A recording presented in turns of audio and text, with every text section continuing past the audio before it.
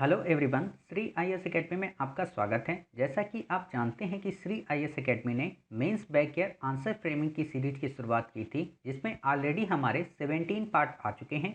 ये हमारा पार्ट 18 है। इसमें हम देखेंगे कि जीएस 4 में 2014 में किस प्रकार का प्रश्न पूछा गया, उसे आपको किस तरीके से लिखना है। तो चलिए शुरू करते हैं। जैसा कि आप देख रहे हैं, ये जीएस 4 का क्वेश्चन है एथिक्स का। 2014 में आया है। 150 शब्दों में हमें लिखना है। तो सबसे पहले हम प्रश्न को पढ़ेंगे, फिर इसे इनकोड करेंगे। तो प्रश्न है, हमारे देश में महिलाओं के प्रति यौन उत्पीड़न के बढ़ते हुए दृष्टांत दिखाई दे रहे हैं। इस कुकृत्य के विरुद्ध विद्यमान विधिक उपबंधों के होते हुए भी ऐसी घटनाओं की संख्या बढ़ रही है। इस संकट से निपटने के लिए कुछ नवाचारी उपाय सुझाएं।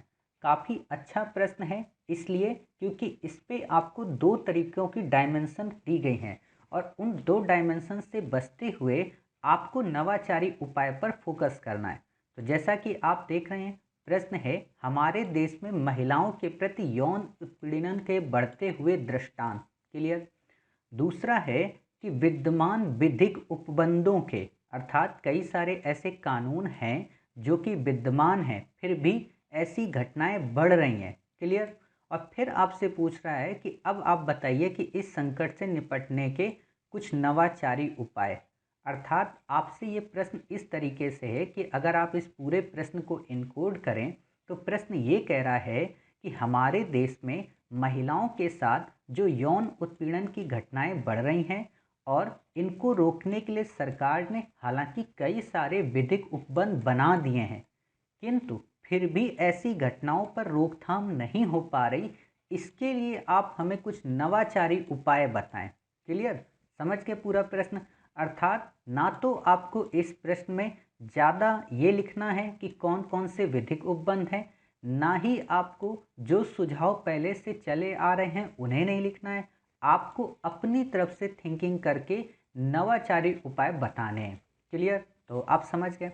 अब आप में से कई सारे स्टूडेंट्स को लग रहा होगा, तो सर क्या हम बिल्कुल भी नहीं लिखेंगे? लिखेंगे, लेकिन एक एक लाइन के हिसाब से हम इसे इनकोड करते हुए लिखेंगे और लगभग 25 से 35 वर्ड में हम अपनी भूमिका को कवर करेंगे। जैसे आप ये बता सकते हो कि किस प्रकार एनसीआरबी यानी कि नेशनल क्राइम रिकॉर्ड ब्यूरो के तहत ये दर्ज किया गया कि भारत में लगभग 84 जो घटनाएं हैं, जो रेप्स हैं, वो प्रतिदिन होते हैं। अर्थात यौन उत्पीड़न की घटनाएं प्रतिदिन 84 के आसपास होती हैं, जिसमें उन्होंने ये बताया कि प्रतिवर्ष 4 लाख केसेस आसपास आते हैं इस संबंध में। क्लियर।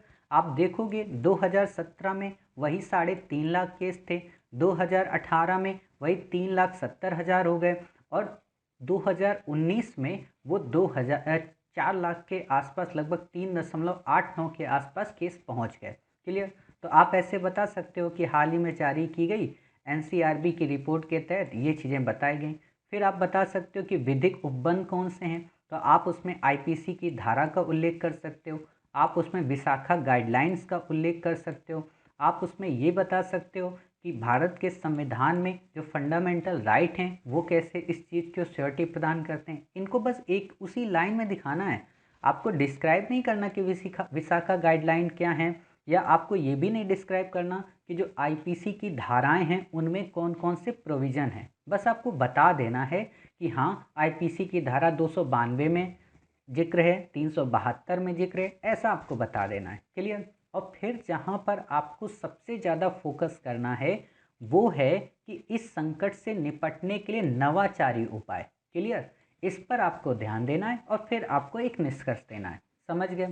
तो अब आप इसको डायग्राम के माध्यम से देख लीजिए कैसे इनकोड किया गया। वर्तमान दृष्टिकोण। वर्तमान दृष्टिकोण का मतलब कई सारी जो वर्तमान में घटनाएं ऐसी हुई हैं, जैसे हाथरस की घटना हो, कठुआ की हो, निर्भया की हो, बलरामपुर की हो, उन्नाव की हो, ऐसी सारी घटनाएं हैं। आप चाहो तो इनको भी एक दो वर्ड में भूमिका के तौर पर आप दर्शा सकते हो और फिर एनसीआरबी का डाटा दे सकते हो। ठीक है। कई सारे उपबंध हैं और नवाचारी उपाय कौन से हैं और फिर निष्कर्ष। हमें ऐसे इस पूरे प्रश्न को इनकोड करना है। तो अब देखते हैं उत्तर फ्रेम हमें कैसे लिखना है। तो आप ऐसे बता सकते हो कि वर्तमान में कौन सी घटनाएं हैं, चाहे हाथरस की हो, चाहे बलरामपुर की हो, चाहे रांची की हो, चाहे उन्नाव की या फिर बदायूं की। अब आप एनसीआरबी रिपोर्ट का जिक्र कर सकते हो कि एनसीआरबी रिपोर्ट ने बताया कि 4 लाख केसेस हैं, जिसमें 32,033 पर ईयर लगभग 2019 में घटनाएं ऐसी देखने को मिल रही हैं, जिसमें 88 रेप पर डे के हिसाब से आते हैं। इस 32,033 में आप 365 को डिवाइड करोगी तो लगभग 88 रेप पर डे आपको देखने को मिलेंगे। 2018 में यही घटनाएं 3.78 थी और 2017 में 3.59। आप देख रहे हो ग्राफ किस तरीके से बढ़ रहा है। क्लियर? तो आप इसीलिए आपसे वो प्रश्न पूछा यूपीएससी ने कि किस प्रकार ये ग्राफ बढ़ रहा है, तो आप इसको कैसे कंट्रोल कर सकते हो। कई सारे जो उपबंध हैं वो आप बता दोगे कि जैसे विशाखा गाइडलाइंस कौन सी हैं, ठीक है। कार्यस्थल पर महिलाओं का यौन उत्पीड़न रोकथाम निषेध व निवारण अधिनियम भी आया 2013 का। आप भारत के संविधान के फंडामेंटल राइट्स का जिक्र कर सकते हो। आप आईपीसी की धाराओं का उल्लेख कर सकते हो। एक तो धारा याद रखना, सारी नहीं, 292, 93, 94, धारा 375, अच्छा मैंने 372 बोल दी थी, सॉरी, 375, ठीक। आप ये भी बता सकते हो कि बाल यौन अपराध सुरक्षा अधिनियम 2012, सूचना प्रौद्योगिकी अधिनियम 2000। अब आपको ये नहीं देखना है कि सूचना के अंतर्गत क्या है, बाल यौन अपराध सुरक्षा अधिनियम के अंतर्गत क्या है, ऐसा आपको नहीं करना है। हालांकि अगर आप में से पॉलिटी में अगर कोई व्यक्ति इन एक्ट्स पे क्वेश्चन लिखेगा तो हम वहाँ पे डिस्कस करेंगे कि इस एक्ट की क्या खामियां हैं और इस एक्ट की क्या खूबियां हैं। क्लियर? यहाँ पर आपको बस डिस्क्राइब नहीं करना है। जब आप ऐसा पूरा लिख चुके होंगे तब आपसे फिर आपकी बातों पे पूछा जाएगा कि आप नवाचारी उपाय बताएं। क्यों? क्योंकि आपको 150 वर्ड में ही तो लिखना है। तो आप ये कर सकते हो कि 40 वर्ड आपने भूमिका लिखने में चला दिए और बाकी जो आपके बचे कितने 110 वर्ड, इसमें आपने नवाचारी उपाय लगभग 90 वर्ड में बता दिए और अंत में 20 वर्ड में अपना निष्कर्ष दे दिया। तो वो नवाचारी उपाय कौन से हैं उनको देख लेते हैं। तो नवाचारी उपाय है पहला कि विद्यालय स्तर पर आत्मरक्षा प्रशिक्षण प्रदान किया जाए, अर्थात महिलाओं को या लड़कियों को इस चीज़ की सुरक्षा प्रदान की जाए कि अगर वो किसी गलत सिचुएशन में फंस जाती हैं तो उनको सेल्फ डिफेंस कैसे करना है। दूसरा कि विद्यालयों में स्वस्थ यौन शिक्षा दी जाए ताकि किशोर संवेदनशील बने। अब यहाँ पर ध्यान देना कि ये जो यौन शिक्षा की बात की जा रही, ये यौन शिक्षा केवल लड़कियों की बात नहीं की जा रही, उस क्लास में बैठने वाले उन बच्चों को भी, और उन बच्चों को जब ये पढ़ाया जाए, इस प्रकार की एजुकेशन दी जाए तो उनको मजाकपन के हिसाब से न दिया जाए, उनके अंदर उस संवेदनशीलता के विचार को भी प्रमोट किया जाए, अर्थात उनके अंदर नारी की गरिमा और नारी के प्रति सम्मान के भाव को उजागर किया जाए। समझ रहे? तो ऐसी उनको शिक्षा दी जाए।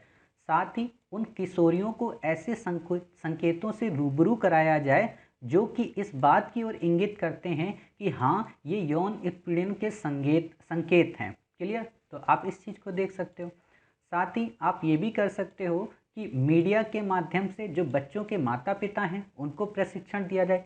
कई बार क्या होता है कि आप देखेंगे कि घटना भले ही उनकी बेटी के साथ हुई हो, अगर बेटी घर में किसी से बताती है माता पिता से तो वो बेटी को ही दोषी मानते हैं। वो इस बात को नहीं समझते कि हमें उसकी बात को संवेदन होकर सुनना चाहिए और इस समाज और सोसाइटी के डर को छोड़कर विधिक कार्यवाही करनी चाहिए। तो इसके लिए क्या हो सकता है कि मीडिया के माध्यम से माता पिता की काउंसिल कराई जा सकती। साथ ही कई सारे जो हेल्प ग्रुप्स हैं, चाहे एनजीओ हो या लोकल कम्युनिटी के लोग हों, उनको इस बात के अवेयर कराया जा सकता है। इसके अलावा उत्पीड़न के प्रति जो महिलाएं आवाज़ उठाती हैं उनको सम्मान मिलना चाहिए। ऐसा ना हो कि अगर वो महिला ने आवाज़ उठाया तो उसे समाज हे दृष्टि से देखे। इन सारी चीज़ों से दूरी बनानी चाहिए। साथ ही जो यौन उत्पीड़क हैं, अर्थात जिन्होंने इस घटना को अंजाम दिया है, उन्हें सामाजिक बहिष्कार किया जाना चाहिए। उनको उस समाज में रहने का किसी प्रकार का हक नहीं प्रोवाइड कराना चाहिए। क्लियर? इसके अलावा आप कर सकते हो, हाँ, इसके अलावा कि कार्यस्थल पर यौन उत्पीड़न के खिलाफ पोस्टर लगाने चाहिए। अर्थात कई बार आप देखोगे कि यौन उत्पीड़न केवल घरों में नहीं होता बल्कि कई सारे ऑफिसेज में भी ऐसी घटनाएं क्रियान्वित होती हैं। तो इन घटनाओं को रोकने के लिए उन कार्यस्थलों का जो मैनेजमेंट है उसे स्वस्थ बनाना चाहिए और इसके लिए क्या कर सकते हैं कि वहाँ पर ऐसे पोस्टर्स को भी लगाए जाने चाहिए जिससे उनके अंदर एक अवेयरनेस रहे।